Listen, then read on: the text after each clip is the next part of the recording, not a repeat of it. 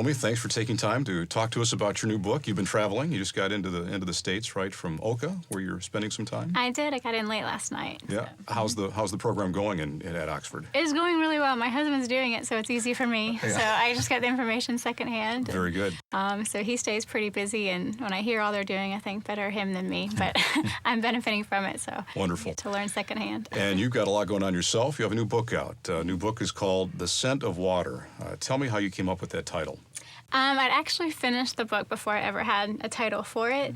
The original idea came from a story that I had given just in a Wellspring presentation I was doing, and an editor came up afterwards and asked if I had ever thought about writing. But the story I had told in the presentation was just a personal story of my own, but I was talking about some of the people I'd met from Wellspring and just the things you face that are unexpected in life. And I was telling a story of this place that I was renting when I was living out in San Diego, and I had a really difficult time even finding a place that would allow me to bring my dog there. And so I finally found this home, and they said we could stay a little tentatively with the dog. And, you know, my dog is perfect, has never done anything wrong. I didn't think we'd have anything to worry about. And I walked outside one time, and she had dug this enormous hole in their yard, and they had this perfectly manicured yard in Coronado in San Diego. Everyone's yards get rated, and so this is a very big deal. And I was just horrified and couldn't believe she'd done it. And my landlord was actually very gracious about it, and they covered the hole the next day, and my dog just dug it up again. And we went back and forth with this for months, and finally we just left it there. But I had gone on a trip one time and come back home and walked outside, and when I walked in the yard, there was this most spectacular tree in the hole that had been in the yard. And so I ran to find my landlord, and I just looked at her, and she said, well, it seemed like the perfect place for a tree, didn't it? And that's how they had solved that problem. And it was such an illustration, I think, for me, just of life, like what you do when those holes happen and there's this ugly place, and we tried to patch it over and it didn't work. You try to pretend it's not there, but like, you can't ignore it. And the answer in that case was to give it purpose. And so it made me think about my own life and what I'd seen. And so that was how the idea, I think, for the book originally started. And so when I was looking for a title, I was actually wanting to incorporate the idea of the tree and that kind of life. And my mom and I were actually just sitting in our kitchen looking through the Bible, looking at verses that talked about trees. And this verse in Job came up where it just said at the very scent of water. It says, this verse in Job came up that basically says, even if a tree dies and its roots decay, at the very scent of water, it will come back to life.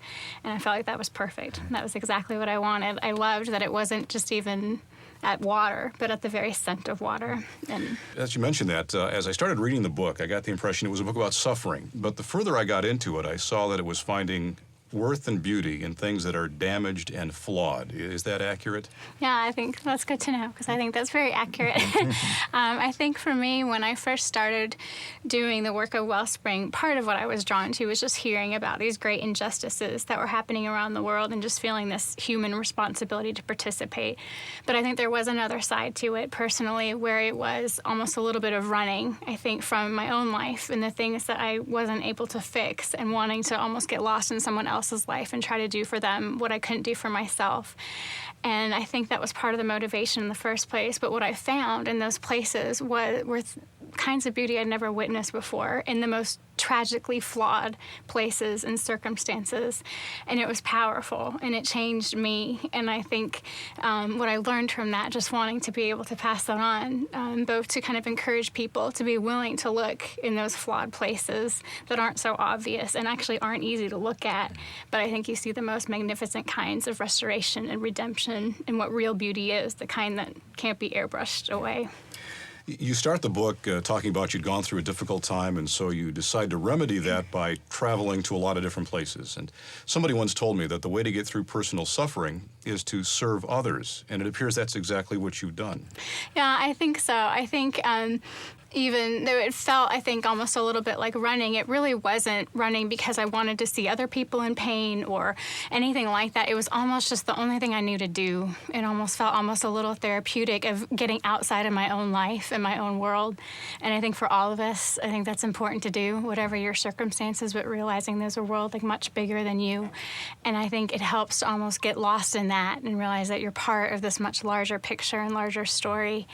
And it did do its own form of healing. I wouldn't say I set out to do it for that reason. It was just the only thing I knew how to do with this like angst and frustration was how can I try to participate in someone else's life? But it ended up actually healing a part of my own. And I think at least starting me on a journey of learning to accept my life and to recognize beauty in other people's lives and in my life in places where I didn't expect to find it. And you tell the stories of what you're finding as you were on those trips, traveling for Wellspring. For those that are watching or listening and aren't familiar with it, tell us about Wellspring and what you do. We started Wellspring International as a part of RZIM in 2004, and RZIM had always contributed to, we called it the Benevolence Fund, which was giving out to people in need around the world as we saw it. But when we started Wellspring, it was giving it a more prominent place, a more specific place in part of the ministry, and also allowing other people to participate in it. And what we really wanted to do is bridge people who want to give to these kinds of causes, women who've been victims of prostitution or domestic violence, people around the world who are suffering with HIV, children who've been orphaned and abandoned, and just this vast array of needs. And we weren't picking one need that was ours, that we were called to, and wanting to bring everyone else on board. The idea was actually just really wanting to be that bridge that helped people to know where to go, so that whatever God called them to, the need that they were drawn to, they could go to a place that would help them find those organizations that were acting with integrity and working to meet those legitimate needs and doing it well. I think over the last couple of years, there's just been a growing disillusionment with nonprofits, and people aren't always exactly sure where their money goes and if it goes to the people that need it. And we wanted to help fill that gap and provide confidence that we would do the due diligence for them, we would do the site visits and evaluate these organizations, and then facilitate the process. 100% of people's gifts that are given to RZIM and designated for Wellspring go directly to the project, and we monitor the use of funds and report back to them on exactly how it was used. Well, let's talk about some of those people that you met on these world travels that you took while doing this work for Wellspring. First of all, Annie from Amsterdam. Tell us her story. I met Annie the first time I went to Amsterdam, actually, and I was really nervous on that first trip when I went. And it was a scene like I haven't seen anything like it still. And every time I go to Amsterdam, it's still one of the most difficult trips for me. It takes days, it seems, before I feel like I can put together a coherent sentence. But it's different. You know, if you go to the red light districts in India and all throughout Asia, there's a darkness to them. They're kind of seedy. The women are behind bars, which is horrific. But there is this sense of something that should be hidden. But you go to Amsterdam and it's all lights and it's glamour and it's just so out there in front of you, and you have 400 women each behind a window, and they were organized by nationality like it was a shopping store or something, and it was just so upsetting and just so horrific. There's no other scene like it in the world. I just don't think you could do that with any other area of the world and put a human being up for sale and that hundreds and thousands of people would gather to look or participate. So it's a harsh scene and it's hard to see, and so you're taking in kind of all of these sites. And Annie was she's someone that has always stayed with me, both her story and the words that she said. But the way we met her was a little bit humorous. We had just completed doing an interview with the organization we work with there called Scarlet Cord. And so our cameraman, Bob, was leaving the red light district and had his camera over his shoulder. And we actually had purposely not walked with him just because I didn't want to draw any attention, especially since I was with my friend there from Scarlet Cord, and he was walking separately from us to leave. But this girl came out of her window, and she said, "Did you see that guy?" And we said, "What?" She said, "Some guy is walking around here with a camera." And we were like, "Really?" I was like, "Oh, no." And she was like, "Well, I showed him. I took my whole can of Sprite and poured it over his head." And I was like, "Good for you." Great.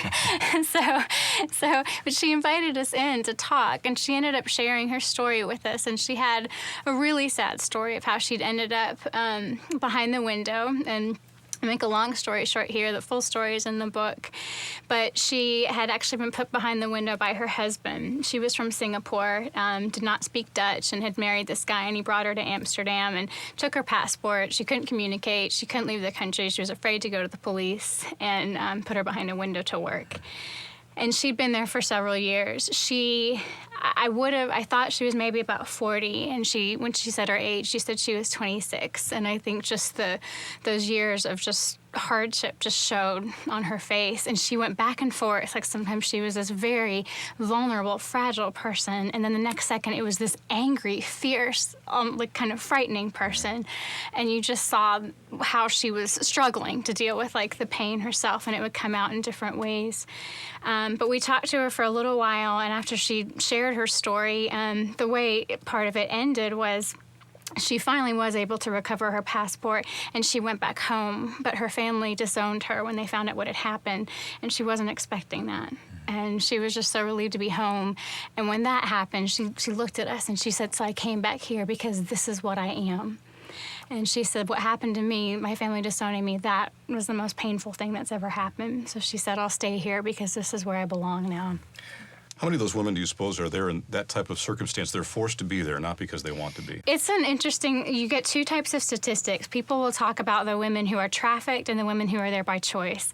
The ones who are trafficked were actually bought and sold, that kind of thing. But the ones who are there by choice, Annie would fit the category of a woman who is there by choice.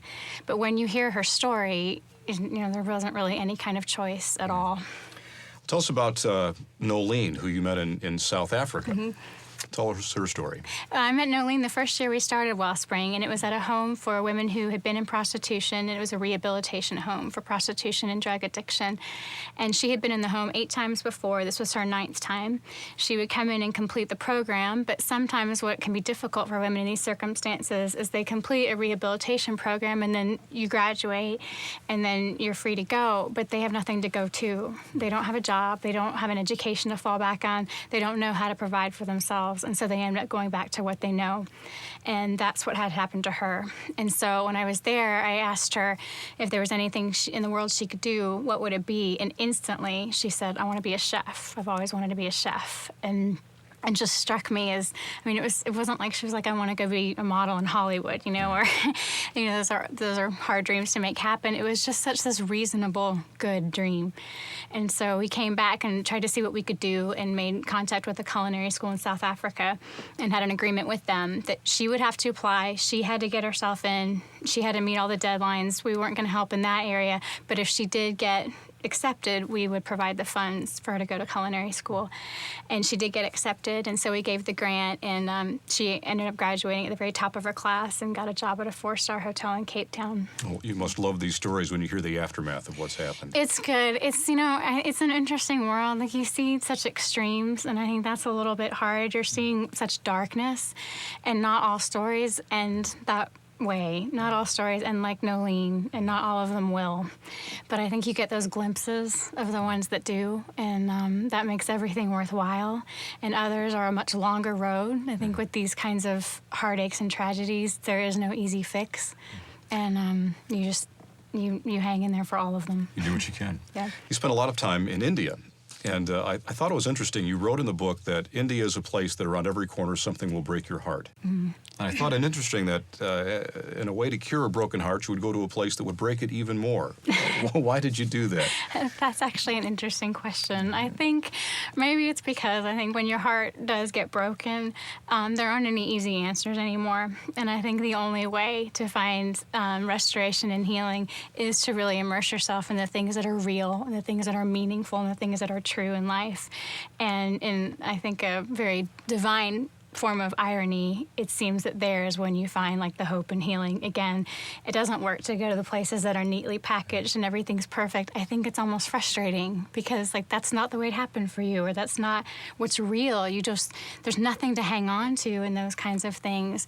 But when you go into the depths of, I think, struggle, and where there's been a fight and you see that someone's had to fight to survive, and what comes through the end of that, I think that's something that you are able to hang on to, and you feel like that's what life and meaning end up being about. You realize how opposite this sounds to the way most people think. They would think I go through a hard time, I'll go check into a 5-star hotel, and that's not the way to do it, though. No, I think there's some of that in all of us, I think, because it seems like the obvious answer, but I think it only almost increases a restlessness inside all of us. And it's not that those places are bad. I think they have different things to offer. I don't think they have healing to offer. I think it is in really throwing yourselves into the depths of suffering, where I think you can only then can you really start to understand it or start to come through it or realize what can be gained from it. One of my friends said to me, she was struggling with something, and she's been through a lot of challenges in her life, but she said, the easy answers or even people who haven't had any kind of struggle, they don't have anything they can give me. They don't have anything they can seem to offer me to help me through this. And I think those are the things that are attractive because they seem simple, but they are, in a way, empty as far as being able to offer answers or comfort for, I think, the great realities of life. While in India, one of the groups you worked with was a group known as Burned Brides. Tell us what that is. Yeah, an organization called Agni Raksha, and they actually treat several kinds of burn victims. It's estimated in India that there are about 20,000 women that are victims of bride burning every year.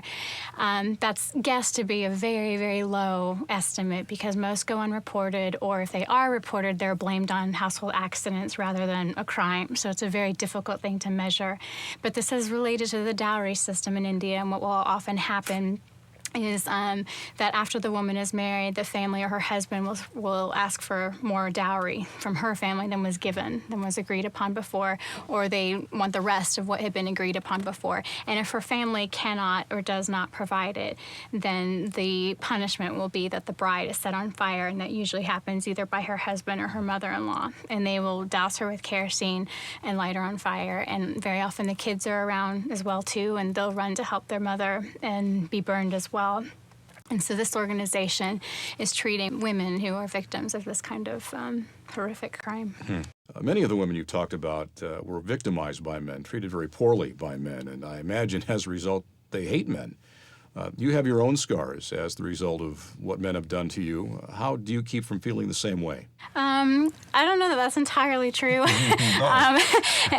It's not easy. I think, I guess I would answer that in two ways, from them or from me. When I first started, I actually remember calling my dad. I was in Amsterdam in the red light district, and I called him on my cell phone, and I said, I'm really afraid. I'm afraid with all that I'm seeing and hearing, that combined with my own experience, that I'll never be able to trust men again. And there was that fear and kind of awareness inside. I think it is actually an incredible opportunity for men. It's a type of ministry that I'd really like to see men more engaged in. And I think some of them, there are many men who would love to do this, and I'm not sure how. They can't go into a red light district and that kind of thing and do those forms of outreach and ministry. But I think they have a very powerful role, because I think just because they are a man, they're able to accomplish a healing in a woman who's been victimized or hurt by a man that a woman can't do. One of the organizations we work with is in Bombay. It's called Bombay Teen Challenge, and it's run by a man. His name is Devraj, and he has been working with women who've been victims of prostitution, and pretty much all the women there have been trafficked. He told me that it took 2 years of going out on the street every day and talking to these women before the first one would even answer him back. And I thought that was an incredible picture of perseverance. But their faces just beam when they see him. And I think not only has he been able to help them out of their situations, but he's restored a faith in them too, in believing that there are good men, and there are men who can be trusted who will not hurt them. And I think that's an incredible opportunity that men have to help restore some of that in women who have seen something very different. You wrote eloquently about how you've been judged and hurt by others as you've gone through difficult times. How do you keep from judging them for the things they've done to you? That's probably, in all honesty, a very big challenge. And I think it's something that I still continue to work through. It's one of those things that I don't think you reach a day where all of a sudden you've achieved it and then you're good. I have to continue to work at that because it will be something that continues to come up. And each time I do feel that judgment or that hurt, it's deeply painful, and it resurrects old wounds that I've worked really hard to move past. And I think that's the most difficult part. There is a part in me where I feel upset, and I feel, I guess, a sense of injustice. But I think more than anything, it's not anger that it does. It's just actually just deep hurt, because, my life has not gone exactly the way I would have dreamed, the way I would have wanted, and I would honestly still give anything to change some of those details. And I have to work every day at still accepting the things that happened that I wished weren't there. I can recognize where I've come and what they taught me and what they gave me, and that's been significant for me, but it doesn't mean you look back and you're glad they happened. And so when people do that, it stirs those places, those deep hurts that it takes so much time and so many steps to begin to move forward and walk away from. And so I do have to work at it, as much as I am asking for grace from them, I have to work in my own way when I don't find it in them to being able to extend it myself in a very different way. But I think it's an ongoing process. All Christians hope that when they go through difficult times, and very difficult times, that the church would be there to help them. How do you think the church has done in the area of divorce with those who have been through that? I don't think the church has done very well at all, and I think that there's a lot of very deeply hurting and wounded people. I can say even from my own experience, it's been somewhat alienating, and it's been hard to find my place in the church again. I think for me, I didn't have a struggle with God personally. Even though there were moments where I didn't understand what was happening or why He would allow certain things to happen, I did always feel confidence that He still was who He said He was. And my relationship with Him feels very secure and confident that way. It's been much more difficult with the church, I think, because they use His name, but some of the things they do are not always reflective of the person of Christ or the grace that is so, I think, such a foundation of our faith. And what it has felt like is that we put limits on God's grace, that it's great enough to cover everyone else's flaws and sins, but it felt like, but it wasn't enough to cover mine. and that was really difficult. And I wanted to be a part of the church, but I felt like the church told me I didn't quite fit anymore. And so I think we have some ground to recover that way. It's been interesting to get some responses to the book. There have been several heartbroken responses of people who have been in that situation and they left the church and never went back, or someone who wrote and said her brother has never fully recovered. And she said, I don't even think it was exactly when I look in his eyes and they're so empty right now and broken, it's not even actually what happened in the divorce, but it was the response of the church afterwards that's left him just unsure how to move forward. And so I think just as Christ did for all of us, I think the church is still learning how to handle those issues. They're complicated, and I recognize that. But remembering that you're dealing with a person, I think if we could always keep that at the forefront of our minds, it is a person and it's raw wounds, and be careful how you step on those sometimes and how you reach out to someone. I think the message of grace is far more powerful than the message of wanting to or making someone feel condemned to a label that they'll never be able to erase. Toward the end of the book, you write, and let me read from it, you said it's the responsibility of each woman to find her particular calling, finding her place in God's plan. Do you think you found your place in God's plan? My place in God's plan? I think I learned that I had a particular place in God's plan. And I think that was significant for me. I think especially in Christian circles, we talk a lot about the adventure of life and going on an adventure and going on someone else's adventure and being a part of theirs and that kind of thing. And I think that there are definite value to looking at your place in life that way. But I think in the midst of when we talk about that, whether it's in partnership with someone else or on your own, I would think what we don't want to lose is that every person has a singular calling. I think in the book I mentioned, I think God's calling for us is no one actually plays second fiddle to another. So when we talk about someone's adventure, and specifically we'll say a woman accompanying a man on his adventure, there is something in that of doing that together. But let's not lose sight of the fact that I think God has that calling for each individual, and that's not lost because you're doing it with someone else. It's powerful. It's just as prevalent in the life of someone who is on that road and adventure on their own as someone else who joins another. And I think that was significant for me, I think, as a woman, to feel like God saw me and that He had a specific purpose for me. Figuring that out, I think, is something I'll always be learning to do. And it's not a formula, and I don't think He hands it to me on any one day. It's living life, but that's enough to actually recognize He has a plan for me, and there's a calling that was specifically intended for me. The book is out now. Mm-hmm. And it's called The Scent of Water. Thanks for writing it. I'm sure people will be blessed by what they read in it. Thanks so much for your time. I appreciate it.